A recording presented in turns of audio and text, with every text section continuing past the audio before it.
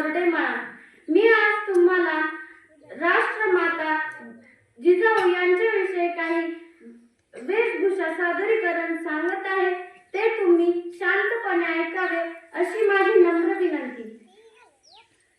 जाधवांची कन्या भोसल्यांची सून, जाधवांची कन्या भोसल्यांची सून, शिवबाची माता भाग्य कोणते अजून, शिवबाची माता भाग्य कोणते अजून. हिंदवी स्वराज्याची पताका नभी अभिमानाने डलते. लक्ष देऊन ऐका, मी जिजाऊ बोलते, मी जिजाऊ बोलते. आमचा जन्म भोसल्यांच्या घरी झाला.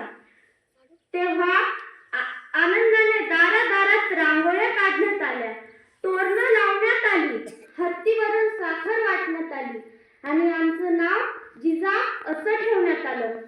आम्ही जेव्हा लहानपणी घोड्यावरून जायचो तेव्हा गावातल्या स्त्रिया नाक मुरडायच्या व म्हणायच्या, काय या मुलीचं खरं, ही मुलगी आताच घोड्यावरून फिरते, काय काय करेल ही पुढे.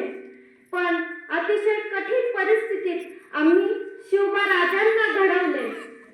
घरात गोठ्यातील गाय, घरातील माय यांच्याकडे जर कोणी वाकड्या नजरेने पाहत असेल तर त्याची गय करू नका अशी शिकवण आम्ही शिवबा राजांना दिली.